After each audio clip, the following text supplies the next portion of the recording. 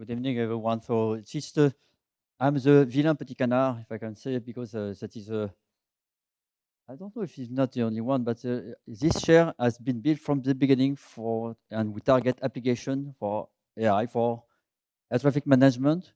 So it is a chair which has, sorry, my colleague from ENAC and ISAE, we are participating to this chair. So just to summarize what we are doing, we try to bring AI for the ground segment automation. If you see the air side and the ground side, you can notice that the pilot is just monitoring the machine. From the ground side, the controller are controlling exactly the same way as they did 50 years ago. They changed the HMI, but the work is fully done by the controller. It is really a big piece for automation in this domain. So we tried also to work for the pilot with some colleague, and for the new UTM, unmanned air traffic system. And we work also a lot with infinite dimensional space, functional space, because we manipulate not only us, but a lot of trajectories just in functional space. So here is the list of PhDs. They are not all related directly to NET, but the work which are there has contributed to what I will present. So I will just present some success story we had in the share during this year. It was 4 years. The first one, it is a non-stabilized approach detection. So in 2009, I don't know if you remember this crash in Amsterdam. The Turkish airline aircraft do not approach correctly to the runway. So we call that a non-stabilized approach.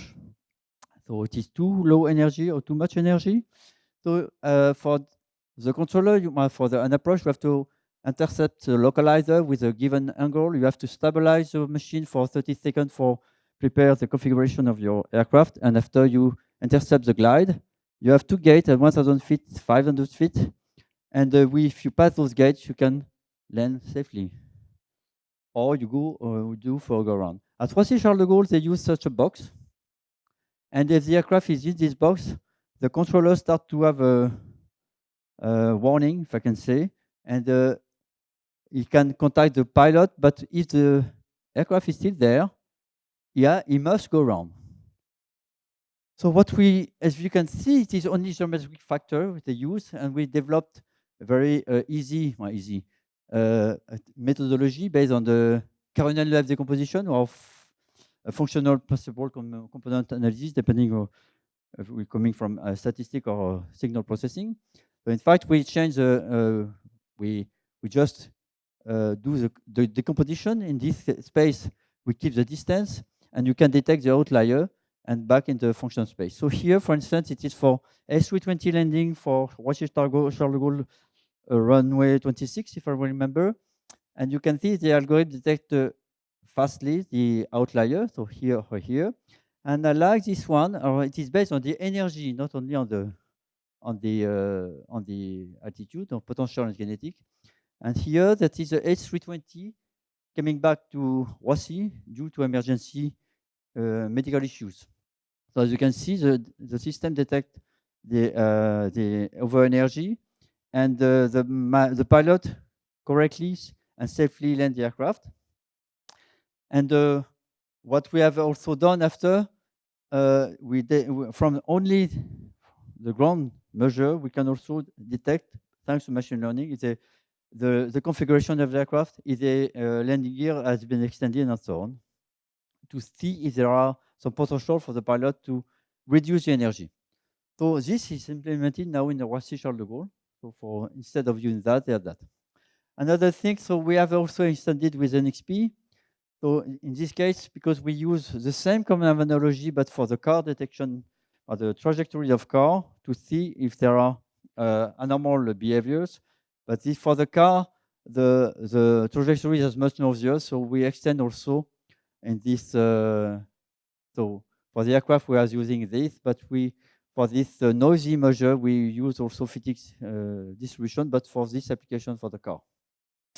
With my colleague Stéphane, we have also developed a measure for a distance for trajectories, an exact one. So if you consider You know, like me, a distance in a vector space, you have this one, but what is the distance for two functions?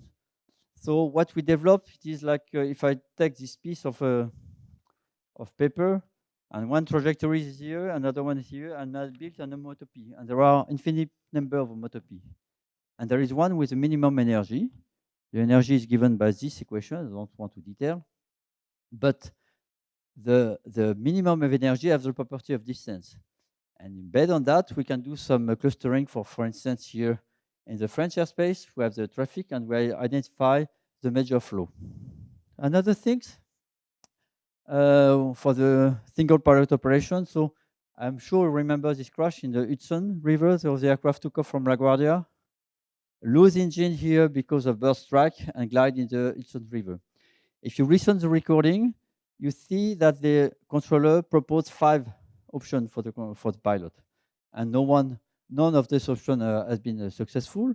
So the idea of this work is to monitor in real time the flight, monitor the landing site all the way during the flight, and in case of need, the pilot can select a request emergency landing, and he can pick one of them. But the system proposed something to the pilot. In this case, it was not proposing anything.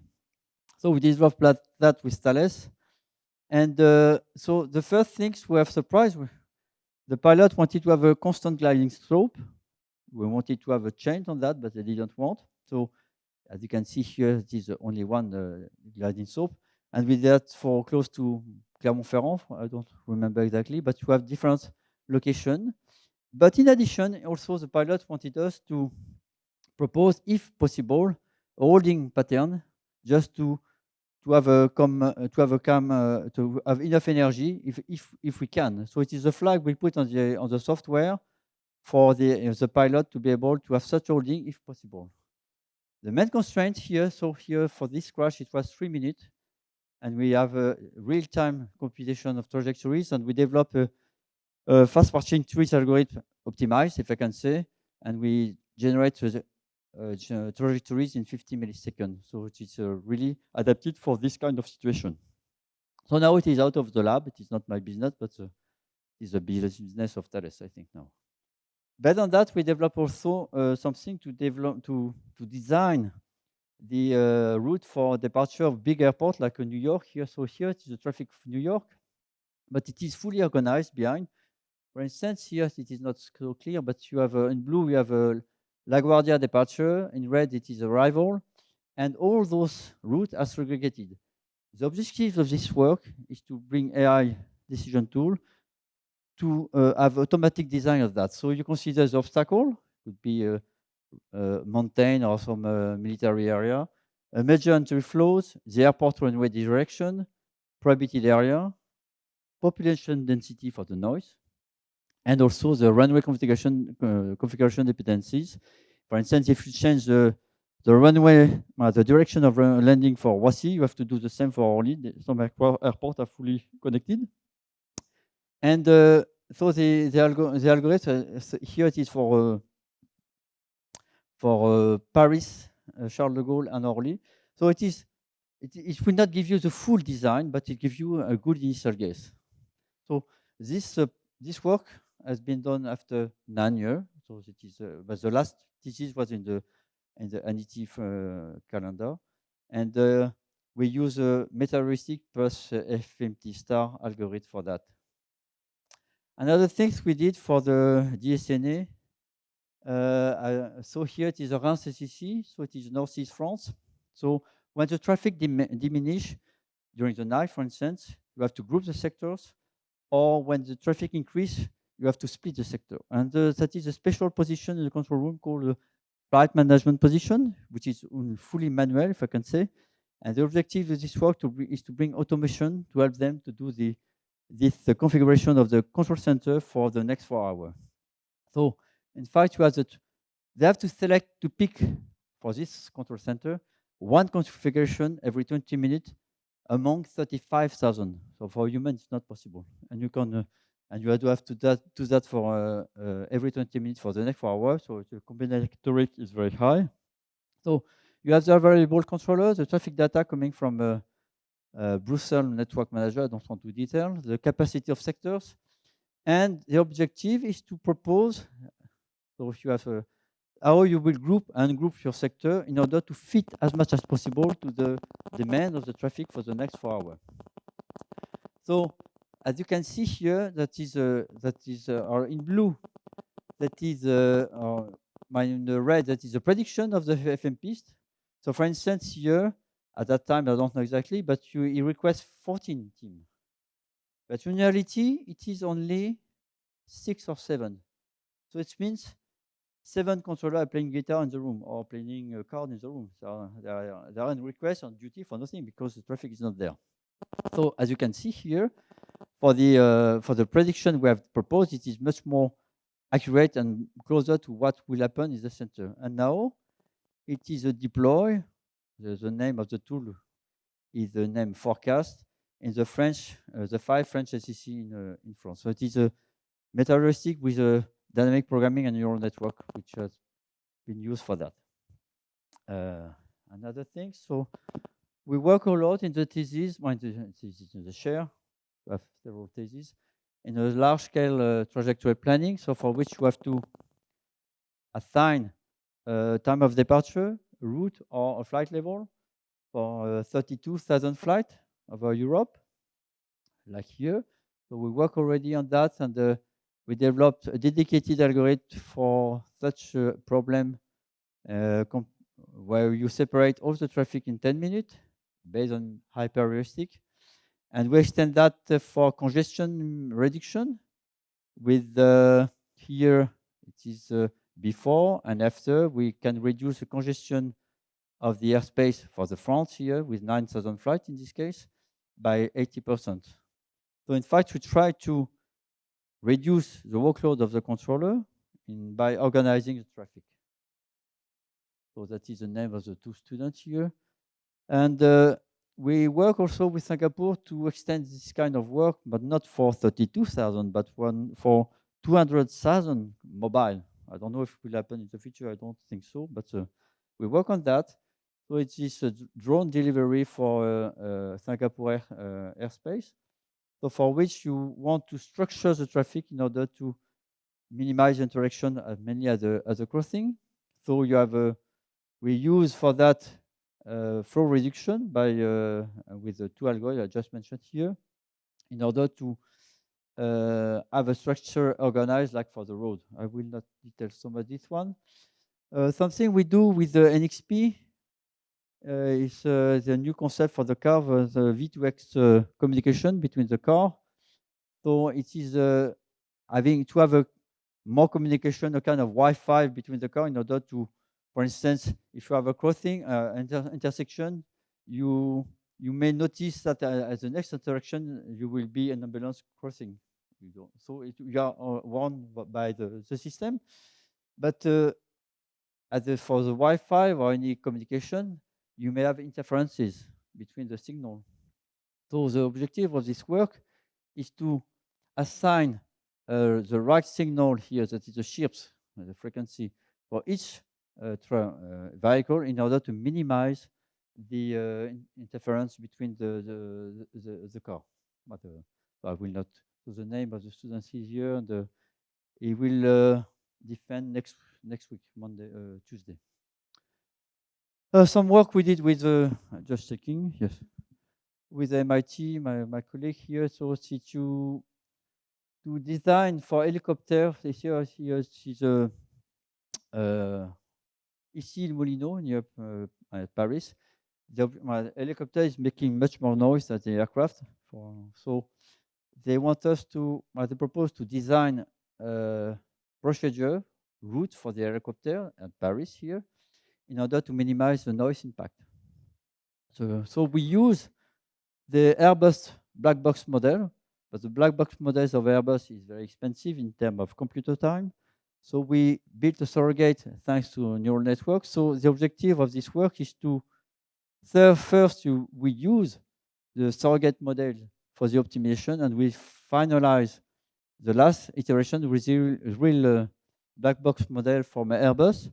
And you see here the difference of noise abatement from the Airbus model and the surrogate. You know, it is less than the Rodos 5 dB.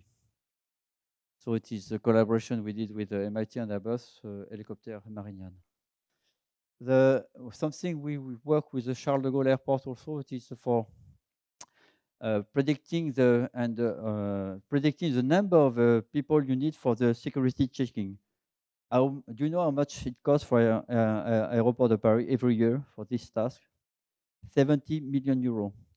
So in fact, if you can reduce by 1, 2, 3%, it is already good.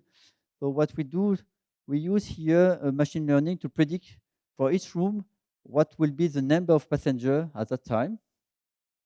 And also here, that is how you will assign the agent to at all this queue.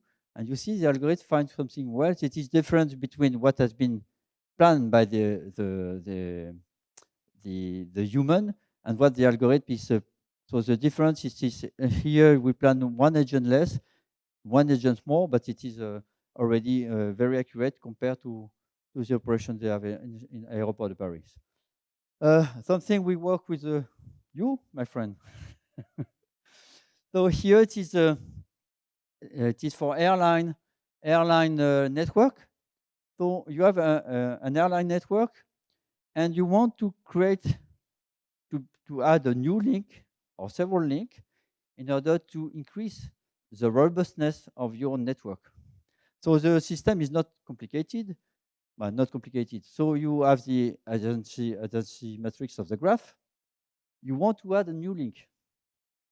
And this link could be there or there, I don't know.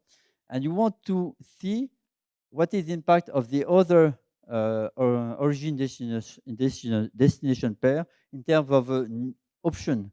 So for instance, if I put one or two link, I can increase a connection of the origin destination pair for this airline by, for instance, here 16%. I don't know, I don't see so well. But the problem here, we use a modified Floyd algorithm. That is the evaluation of the objective function, which is very time consuming. So that is the real difficulty of this work. I will just stop here, but we have also some work for how we adapt the aircraft planning in case of, for instance, subway disruption. So how we keep some aircraft at the gate in order to ensure some connection and release some other one, thanks to the mobile phone location of the passenger. And the last things I would like to show you, it is some work we do in this program. So how we can synchronize as much as possible the schedule of the train, which are there, and the aircraft, so that is in order to have a ideal connection, not too short, not too long. So that was for the ANITI 1. We expect to work a little bit more with ANITI 2. Sorry. So that is the objective of this new share proposal. We'll see what will happen soon. So it is to have more sustainability air traffic management. So the idea is to have some big partners. So I have Dassault is also coming soon, and Aéroport de Paris. I have also some friends working in the same area at MIT, at Singapore, and some other place. And as you see, the main driver for the future ATM or aeronautics is linked to the sustainability. So we have a big push, not only in Europe, in US also, to shift from the capacity to the sustainability. And for that, we need more automation. I could explain why, but and that's all.